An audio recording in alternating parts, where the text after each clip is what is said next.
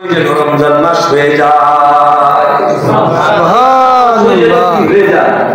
রমজান হয়ে যায়, এটা প্রত্যেকটা মানুষই কি করতো, চাইতো। কিন্তু রমজান হয়ে গেছে আমাদের কাছে সবচেয়ে একটা কঠিন মাস। কি রমজান হয়ে গেছে কি একটা কঠিন মাস। আল্লাহ পাক রব্বুল আলামিন এই রমজানের রোজার মধ্যে আমাদের জন্য শারীরিক দৈহিক চিকিৎসার ব্যবস্থা আল্লাহ কি করেছেন, রেখেছেন। কি দেখছেন? তো শারীরিক চিকিৎসাও আর কি দৈহিক চিকিৎসাও। এবার বুঝেন কিভাবে।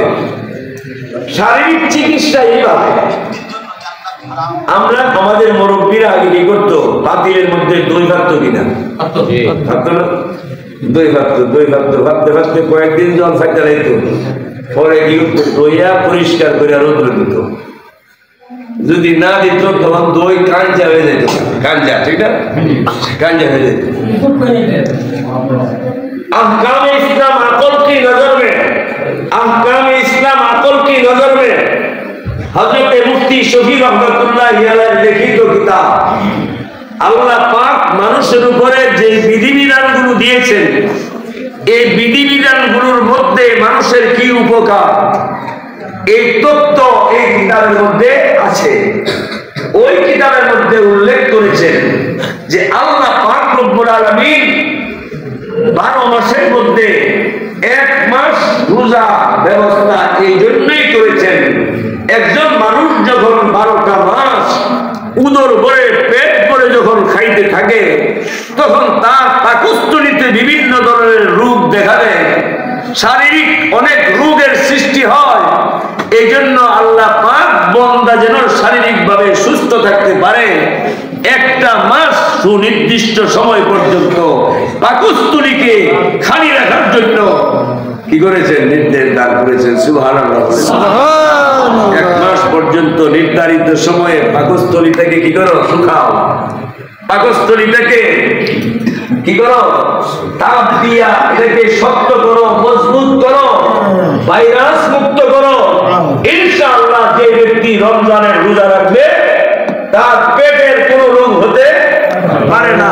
অনেক মানুষ এমন আছে যে গ্যাস্ট্রিক, আমি কিভাবে রোজা থাকবো?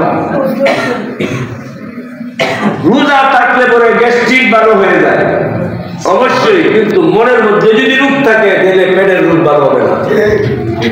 মনের মধ্যে রোগ থাকলে পেটের রোগ ভালো হবে না। আর মন যদি রোগ মুক্ত থাকে পেটের রোগও কি হয়ে যাবে, ভালো হয়ে যাবে, ঠিক না? আরেকটা, এটা হলো শারীরিক চিকিৎসা।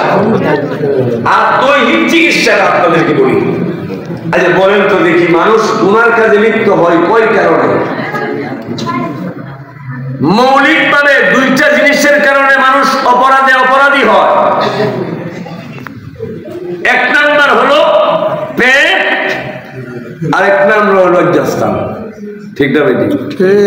বলছে দেখি, আমাদের দেশের মধ্যে যত আত্মসাৎ, রাজধানী, চুরি, ডাকাতি, যত কিছু আছে, এটা কে লেগে? শুধু ফেটের লেগে না, পেটটা বলবার লেগে, পেটের চাহিদা পূরণ করার জন্য অন্যের মাল চুরি করে নিয়ে করে, আত্মসাৎ করে, এইগুলো করে।